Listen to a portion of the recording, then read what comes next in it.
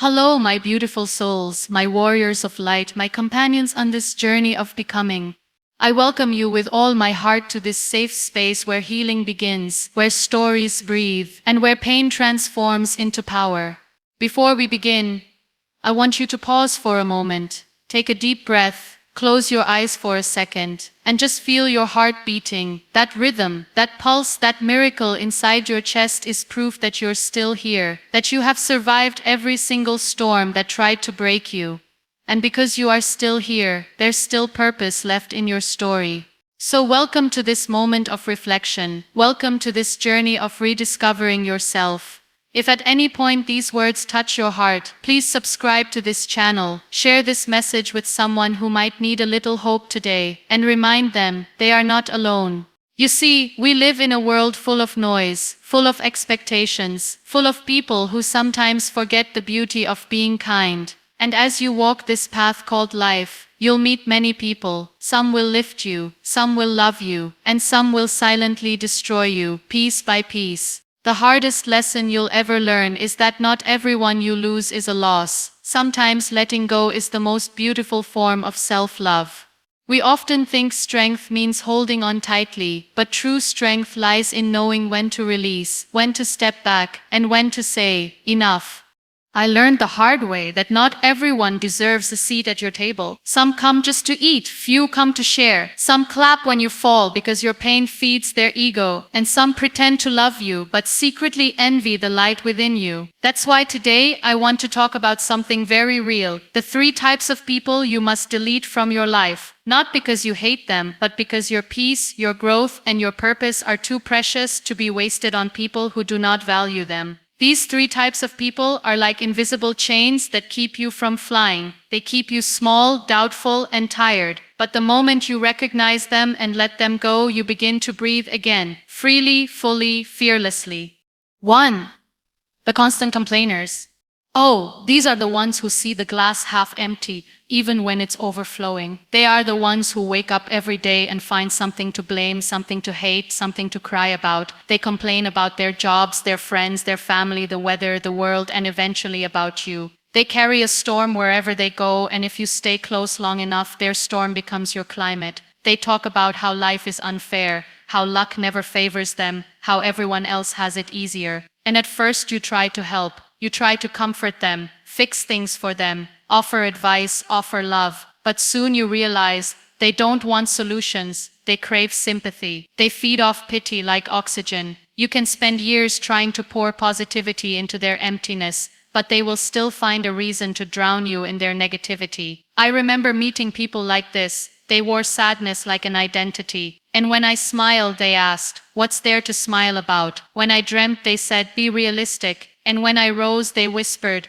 "You got lucky." But luck, my dear, is when hard work meets grace. Complaining never changes a situation. It only magnifies it. The more you complain, the more powerless you feel. The more gratitude you practice, the more miracles unfold. I learned that from my darkest days, when I had every reason to complain, yet chose to be thankful instead. Gratitude became my armor, my prayer, my therapy. If you keep sitting beside complainers, soon you'll forget how to be grateful. You'll start finding faults in blessings. You'll start doubting your joy, and that's dangerous. Because gratitude is the seed of abundance, but complaint is the poison of peace. So if you have people who constantly pull you into their circle of misery, let them go, lovingly, silently, firmly. Wish them healing, but don't become their medicine. Protect your peace, because your energy is sacred. And no matter how kind your heart is, you cannot pour sunshine into someone who insists on living under clouds. 2. The dream killers. These are perhaps the most dangerous ones because they look like friends.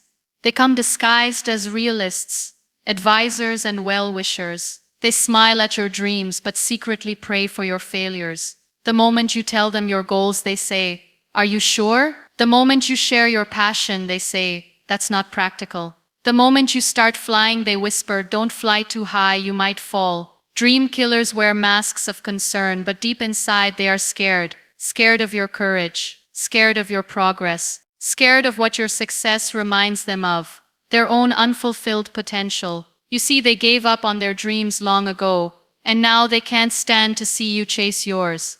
So they project their fears onto you, hoping you'll stop running, hoping you'll sit beside them in comfort, in mediocrity, in regret. But you must never let their noise drown your calling. You must never let their fear become your decision. When I began my journey, many people told me, "You can't do this, you don't have what it takes, you'll never succeed." And I smiled, not because I believed them, but because their disbelief became my motivation.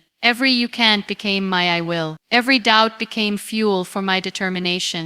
The world will always try to convince you to settle, because settling makes others comfortable. But you were not born to be ordinary. You were born to disrupt patterns, to change narratives, to inspire. Don't let dream killers tell you that you're dreaming too big. Let your results tell them they dreamed too small. And if they say you've changed, tell them, "I was supposed to." Because growth is change, and change is the evidence of life. The dream killers are not evil, they are afraid. Afraid that if you make it, they'll have to face their own reflection, the one that reminds them of what they could have been. But that's not your burden to carry. Let them go. Walk your path, even if it's lonely at first. Because once you reach your destination, those who doubted you will watch in silence while the world applauds. Remember, the loudest no will often come from the people you love the most, but the strongest yes must come from within you. The moment you choose your purpose over their opinions, you become unstoppable. 3. The emotional manipulators. Now these are the hardest to recognize because they wear the face of love. They enter your life with tenderness, but slowly they turn your kindness into a weapon against you. They make you feel guilty for having boundaries. They make you apologize for your silence. They twist your words until you start believing you're the problem. They're the ones who say, "If you really loved me, you'd do this," or "You've changed. You're not the same anymore." They control you not by force, but by guilt. And guilt is the heaviest chain a soul can carry. Emotional manipulators know your heart. They know your compassion, your empathy, your softness. They use it to keep you small, to keep you dependent. They make you believe that love means sacrificing yourself for their comfort. But love that costs your peace is too expensive. Love that silences your voice is not love, it's control. I have seen people lose themselves in relationships where they had to beg to be understood, where they had to apologize for being human.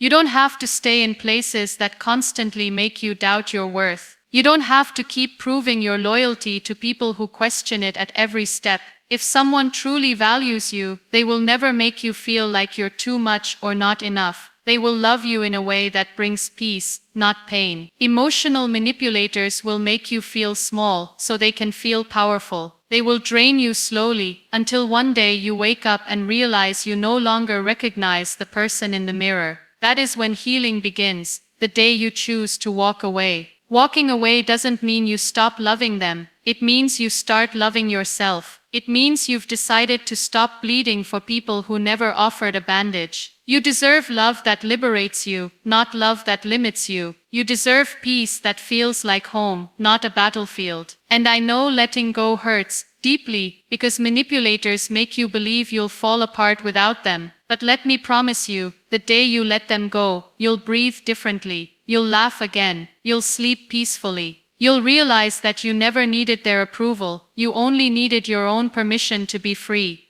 So, my dear soul listening to this, if your heart is heavy tonight because you've had to cut ties with people you once loved, please understand, healing doesn't always mean holding on. Sometimes healing means deleting numbers, deleting memories, deleting expectations, deleting pain. Letting go is not betrayal, it's self-preservation. You are allowed to choose peace over chaos. You are allowed to choose growth over guilt. You are allowed to protect your joy, even if it means disappointing others. The people you delete from your life are not enemies. They are lessons. Lessons that taught you boundaries. Lessons that taught you strength. Lessons that taught you self-worth. And as you move forward, promise yourself, you will never again apologize for protecting your peace. You will never again beg for the kind of love that destroys you. You will never again make yourself small to fit into spaces you've outgrown.